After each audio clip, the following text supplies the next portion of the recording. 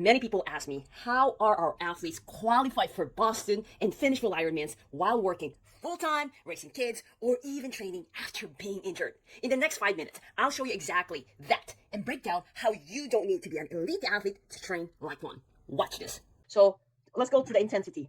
Keep hard workouts hard and easy workouts easy. An amateur intensity would be in the gray area. Okay, so for example, let's just say for running, a threshold for running could be 8:30. I tell an athlete on the training, I need you to run at a pace, an easy pace that you can last all day. It could be 10 minutes per mile. Okay, but the athlete, oh, I think I can run faster. I'm gonna run 9 minutes per mile. Why is my coach asking me to run slow? So he runs fast. That's an amateur intensity. Because if you want to do an elite training, you would know when to work hard or when to rest. If you are always in the gray area, it will be so hard for you to go hard or high intensity when it's needed, or when I ask you to do it in your training peaks. If you're doing the way an elite would do, I ask you to go slow, you're going to go slow. There's no gray area. If you go hard, you can go hard because you had some rest. This is what elite would do. An amateur would be in the gray area, not really knowing. So now they cannot go hard. So when that amateur actually goes for a fast interval, they don't even know how to feel of how a hard workout is. They're going to just be on that plateau. They don't know how. The body doesn't know how. All right. So keep hard workouts hard, easy workouts easy. When I ask you to be easy, I could tell you great job because you'll follow your training. So this one, consistency in training. So this one is an amateur volume. Why that is the case? The lower point is that, let's say this one is kind of like 0, 0, big gap, did not show up. Okay. This one, there are a lot of athletes during the early part of the week. They're so pumped up. So what they're going to do, they're going to put so much volume Monday, Tuesday. That's high volume. And guess what? They start not showing up, not being able to work out on Wednesday, Thursday, Friday. And then there you go. That's another high volume on Saturday, Sunday, because they had some good rest. Okay. See your training as accumulated training during the week and not on a daily basis. Yes, do your best on a daily basis. But see, like, can I still work out tomorrow? Will I still be okay for the entire week? So elite volume will be like this. Okay, consistency is very important. Why? Benefit, reduce risk of injury, faster result. Okay, all right. Case study: Hendrik.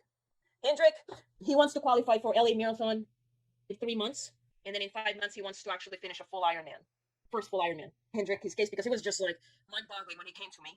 Boston Marathon and then full Ironman. So he approached me in January, and LA Marathon is March, and he has not even worn his wetsuit. He has not even completed a century, and he's wanting to do this. And he only actually finished a sprint triathlon, and he wanted to do a full Ironman in 5 months with some injury. So can he do that?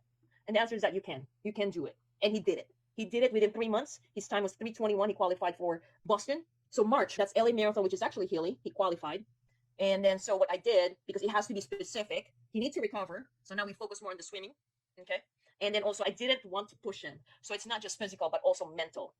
So we had about, I think, 5 to 6 weeks to gain more on the training on this. Yes, he was doing the strength workouts. Yes, he has family and he has 4 kids. He has full-time job, but we were able to do it. How? By being specific, time management, communicating with his family. Okay. So also at the same time, it was not just training. We made sure that we were doing the body maintenance. For feistyfox coaching, body maintenance is being proactive for you not to be injured.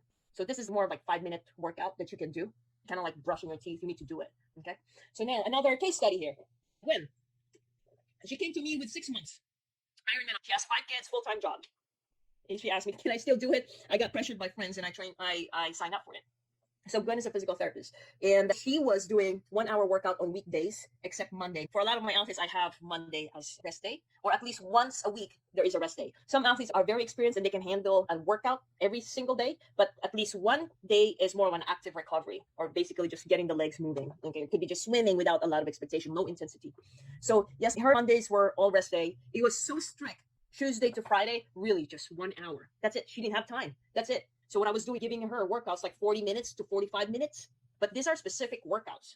Yes, she had to put in longer than 10 hours, but she only did that 2 weeks with over 10 hours for 6 months.